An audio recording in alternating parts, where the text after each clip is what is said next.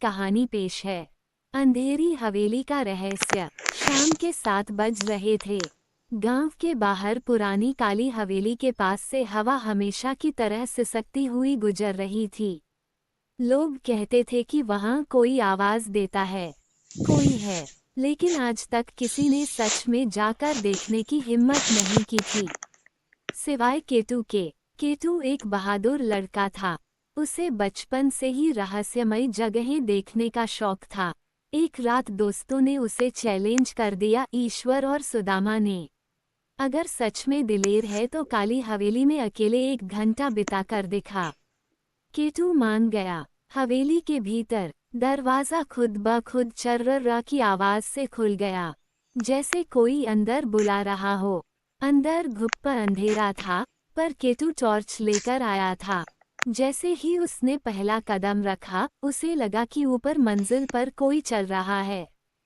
ठक ठक ठक।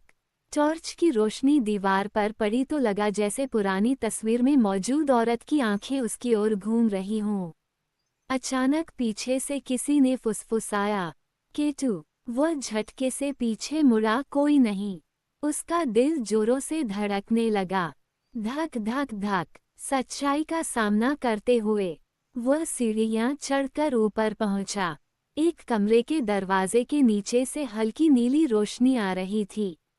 दरवाजा उसने धक्का दिया। कमरे में एक पुराना दर्पण था।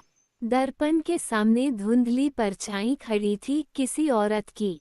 वो औरत धीरे धीरे केतु की ओर मुड़ी, लेकिन उसकी आंखें बिल्कुल काली थीं। उसने कहा, मैं इसी हवेली में फंसी हूँ, और जो भी यहाँ आता है वो भी मेरे साथ रह जाता है, हमेशा के लिए।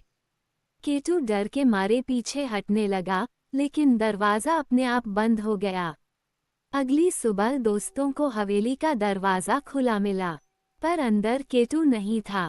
सिर्फ वही बड़ा दर्पण था, और दर्पण में उसकी परछाई ऐसी थी जैसे वो अंदर से बाहर निकलने की कोशिश कर रहा हो।